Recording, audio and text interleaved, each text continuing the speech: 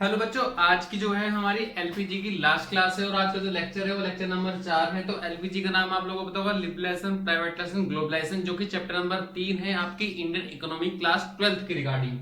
तो आज हम बात करने वाले हैं अपने जो है, हमने लास्ट क्लास में जो बात करी थी ग्लोबलाइजेशन की बात करी थी। ग्लोबलाइजेशन के बाद जो नेक्स्ट टॉपिक का नाम है वो है आउटसोर्सिंग।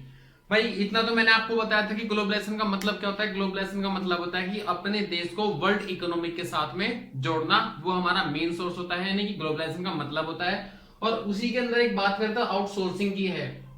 आउटसोर्सिंग का मतलब क्या होता है भाई, अपना काम किसी थर्ड पार्टी के द्वारा कराना। जैसे कि इंश्योरेंस हमेशा जो कौन करता है, थर्ड पार्टी इंश्योरेंस होता है, जो बाइक का, गाड़ियों का, जो भी किसी का भी इंश्योरेंस कराया जाता है, तो वो हमारा कॉन्ट्रैक्ट आउटसोर्सिंग होता है। तो उसी के बारे में आज हम बात करने वाले, कहते हैं contract with third party which were perform by the organisation. जो कार्य अभी तक जो ऑर्गेनाइजेशन थी अभी तक स्वयं कर रहे थे, वो काम अब स्वयं ना करके किसी और थर्ड पार्टी से कराना, चाहे वो थर्ड पार्टी इंडिया की हो चाहे विदेश की हो, डजंट मैटर, बाहर से कराना। और it is a global process. मैंने बोला ग्लोबल का मतलब होता है वर्ल्ड वाइड इकोनॉमी। जैसे कि कोई इंडिया की कंपनी है, इंडिया की कंपनी अपना कोई काम जो है किसी विदेशी कंपनी से करा रही है, तो ये ग्लोबल प्रोसेस होता है। ग्रोथ इन आईटी सेक्टर, और इसका सबसे ज्यादा फायदा जो है आईटी सेक्टर को जो मिला है, जो फोन टेक्नोलॉजी वगैरह की इन चीजों के अंदर इन्वॉल्व है, सबसे ज्यादा फायदा इन लोगों को मिला है। Helping for the MNCs. MNCs multinational company जो होती है, सबसे बड़ी चीज जो है आउटसोर्सिंग की इसी को माना गया है, क्योंकि जो बाहर से काम करने के लिए इंडिया में चीज फर्म्स या ऑर्गेनाइजेशन आते हैं, तो इंडिया की फर्म उनके लिए काम करती है और उनके लिए जो इंडिया की फर्म काम करती है। दोनों के दोनों क्या है, एक दूसरे से जुड़े हुए। उसके कुछ एग्जांपल है, जैसे कि बुक कीपिंग का रिकॉर्ड करना। भाई पैसे का लेन देन मैं करता हूं, लेकिन जो मेरी बुक्स है, बुक्स ऑफ अकाउंट है, वो मैं रीड नहीं करता, वो कोई थर्ड पार्टी रिकॉर्ड करके चलती है। क्लिनिकल एडवाइस, भाई एक डॉक्टर है, डॉक्टर बन चुका है, फॉरेन डॉक्टर है, सिर्फ और सिर्फ वो क्या करेगा, फोन पे आप लोग को मेडिसिन लिख के दे देगा, वो आपको चीजें बता देगा कि ये है, आप दवाइयां आपको खानी है, दवाई आपको स्टोर से खरीदनी है, बस उसने क्या करा, आउटसोर्सिंग का काम करा। बैंकिंग सर्विस और बैंक प्रोसेस आउटसोर्सिंग का मतलब होता है, जो हम कॉलिंग नहीं करते, कॉलिंग के लिए ऑप्शन आते हैं, कॉल सेंटर्स होते हैं, वो सारे के सारे हमारे कहां पे आते हैं, आउटसोर्सिंग का पार्ट ही बनते हैं। क्योंकि आपके पास भी कई बार तो कॉल्स आई होंगी, कई बार आपके पास भी कॉल आई होंगी कि भाई आप जो है इंश्योरेंस ले लो, बैंक ले लो, जो भी कुछ है उस चीजों के लिए। रख दो बाबू। अब आगे, आई होप इतना समझ में आ गया होगा। वहीं अगर हम दूसरी तरफ बात करें कि वर्ल्ड ट्रेड ऑर्गेनाइजेशन से, वर्ल्ड ट्रेड और बाय बाबू, जो वर्ल्ड ट्रेड ऑर्गेनाइजेशन है, वर्ल्ड ट्रेड ऑर्गेनाइजेशन का मतलब होता है दो देशों के बीच में या दो से अधिक देशों के बीच में आपस में व्यापार कराने को क्या बोला जाता है, वर्ल्ड ट्रेड ऑर्गेनाइजेशन, जिसकी स्थापना कब हुई थी हमारी 1995 के अंदर। और ये ऑर्गेनाइजेशन जो है मूव हुआ था, इससे पहले जिसका नाम था क्या था, गेट, यानी कि general agreement trade and tariff, जो कि किस समय बना था, 1948 के दौरान बना था। लेकिन कहीं ना कहीं 1948 से 1995 तक के बीच में जो इसकी सफलता थी, उस सफलता को अचीवमेंट करते हुए हमने इसका नाम चेंज करके क्या कर दिया था, WTO। ठीक है बच्चों, जब हमारी गेट की यानी कि इसकी स्थापना हुई थी, तो 1948 में केवल कितनी कंट्रीज से जुड़ी हुई थी, 23, यानी कि इन 23 कंट्रीज ने आपस में क्या बनाया था, रूल्स एंड रेगुलेशन बनाए थे कि हम आपके देश में इतना बेचेंगे, आप इतना बेचोगे, हम पेमेंट ऐसे लेंगे वैसे लेंगे, यानी कि क्या डिस्क्राइब था, रूल्स एंड रेगुलेशन।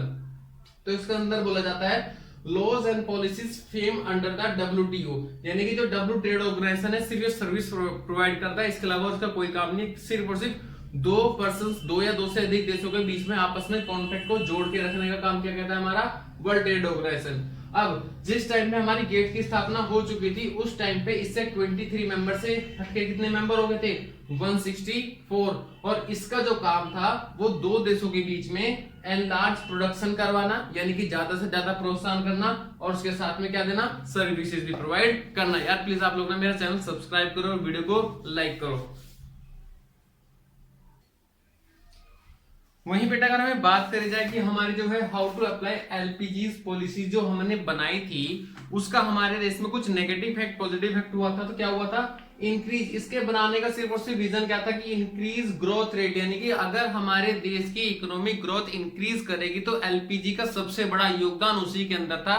क्योंकि हमारे देश की प्रोडक्शन है वो इंक्रीज करेगी, प्रोडक्शन इंक्रीज करेगी तो हमारा एम्प्लॉयमेंट भी इंक्रीज करेगा, और अगर एम्प्लॉयमेंट इंक्रीज करेगा तो जीडीपी भी इंक्रीज करेगी। इनफ्लो फॉरेन इन्वेस्टमेंट, बेटा हमारा एलपीजी का मतलब था अपने देश को वर्ल्ड इकोनॉमिक के साथ में जोड़ना, जिसके कारण क्या था कि विदेशों से इंडिया के अंदर इन्वेस्टमेंट जो है बड़े लेवल पे होगी और बड़ी लेवल पे जो है इन्वेस्टमेंट किया जाएगा फॉरेनर्स के द्वारा इंडिया में। इंक्रीज फॉरेन एक्सचेंज रिजर्व, यानी कि अगर विदेशी करेंसी इंडिया के अंदर आएगी तो सिंपल सी बात है हमारे देश का जो विदेशी करेंसी फॉरेन रिजर्व है यानी कि फॉरेन एक्सचेंज रिजर्व वो भी इंक्रीज हो जाएगा। और जो है राइज इन एक्सपोर्ट, अगर हमारे देश में एलपीजी पॉलिसी अपनाने के बाद में अगर इंपोर्ट इंक्रीज हुआ था तो कहीं ना कहीं एक्सपोर्ट भी इंक्रीज हुआ था, और अगर किसी देश का एक्सपोर्ट इंक्रीज होता है तो उसकी देश की जीडीपी भी ग्रो करेगी। उसके बाद है कंट्रोल इन्फ्लेशन, इन्फ्लेशन का मतलब होता है बेटा महंगाई, यानी कि हमारे देश में अगर चीजों की प्रोडक्शन ज्यादा होगी तो कहीं ना कहीं महंगाई को कंट्रोल किया जा सकता है, क्योंकि डिमांड और सप्लाई के ऊपर जो है हमारा इन्फ्लेशन रिकॉर्ड किया जाता है। इंक्रीज प्राइवेट रोल, जो कि एलपीजी जो अपनाई गई थी ये सिर्फ एक ही शर्त पे अपनाई गई थी, जो हमारी जो गवर्नमेंट सेक्टर थे उनको कहीं ना कहीं अपना रोल कम करना पड़ेगा और उसके बजाय किसको इंक्रीज करना पड़ेगा, इंक्रीज प्राइवेट, यानी प्राइवेट सेक्टर को रोल बढ़ाना पड़ेगा। ये थी हमारी जो फायदे थी। और हमारी इकोनॉमिक पॉलिसीज को अपनाने के बदले में कौन कौन से नुकसान हुए थे तो उनकी बातें कर लेते हैं। ग्रोइंग अनएम्प्लॉयमेंट, सर अभी तो आपने कहा था कि एम्प्लॉयमेंट बढ़ेगा और ये कह रहा है कि अनएम्प्लॉयमेंट यानी कि बेरोजगारी बढ़ेगी। बेटा बिल्कुल सही है, अगर इकोनॉमिक पॉलिसीज आ गई हैं तो किसी किसी सेक्टर में जो है एम्प्लॉयमेंट इंक्रीज करेगा, लेकिन उन लोगों का जो बैकवर्ड इलाकों में रहते हैं, जो खेती बाड़ी करते हैं, उनके जगह जो है अनएम्प्लॉयमेंट इंक्रीज करेगा। तो ग्रोइंग अनएम्प्लॉयमेंट, हमारा अनएम्प्लॉयमेंट भी साथ के साथ बढ़ेगा। रोजगार बढ़ रहा है तो कहीं ना कहीं वो भी बढ़ रहा है। नेगेटिव इफेक्ट इन एग्रीकल्चर, बेटा एग्रीकल्चर में जो है हमने जो एलपीजी की बात करी है सिर्फ वर्ल्ड की इकोनॉमी के साथ जोड़ने की बात करी है, इंडस्ट्री को ग्रो करने की बात करी है, लेकिन कहीं ना कहीं उसमें जो है एग्रीकल्चर का नाम नहीं आया। और एग्रीकल्चर पे जो है नेगेटिव इफेक्ट कैसे पड़े, रिडक्शन ऑफ इन्वेस्टमेंट, गवर्नमेंट ने और जो है एग्रीकल्चर में इन्वेस्टमेंट के अमाउंट को बहुत रिड्यूस कर दिया था, क्योंकि गवर्नमेंट के पास पैसा नहीं था और प्राइवेट जो कंपनियां जो है एग्रीकल्चर के अंदर पैसा इन्वेस्ट नहीं करना चाहती थी।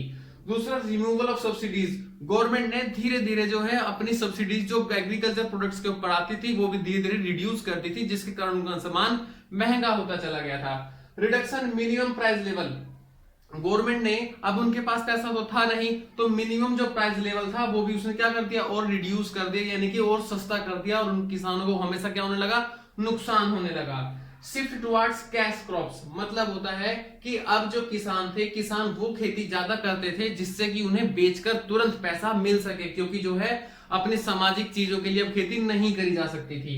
उसके बाद है अनबैलेंस ग्रोथ, अनबैलेंस ग्रोथ का मतलब है कि हमारा देश जो है कि एक अकेले इंडस्ट्री के ऊपर डिपेंड नहीं करता, काफी सारी जो स्तंभ होते हैं जैसे कि कुर्सी के 4 पांव होते हैं, तो अपने देश के लिए भी कुछ 4 स्तंभ जरूर थे, लेकिन कहीं ना कहीं अनबैलेंस, किसी एक इंडस्ट्री की ग्रोथ ज्यादा हो गई थी तो दूसरी इंडस्ट्री की ग्रोथ कैसी हो गई थी, कम हो गई थी, क्योंकि जो हमारे इंडस्ट्रियल सेक्टर थे, जो कि हमारी एसएसआई यूनिट थी, वो कहीं ना कहीं इंक्रीज नहीं हो पाई, और आज का टाइम वो है कि वो रिड्यूस हो चुकी है, लगभग खत्म हो चुकी है।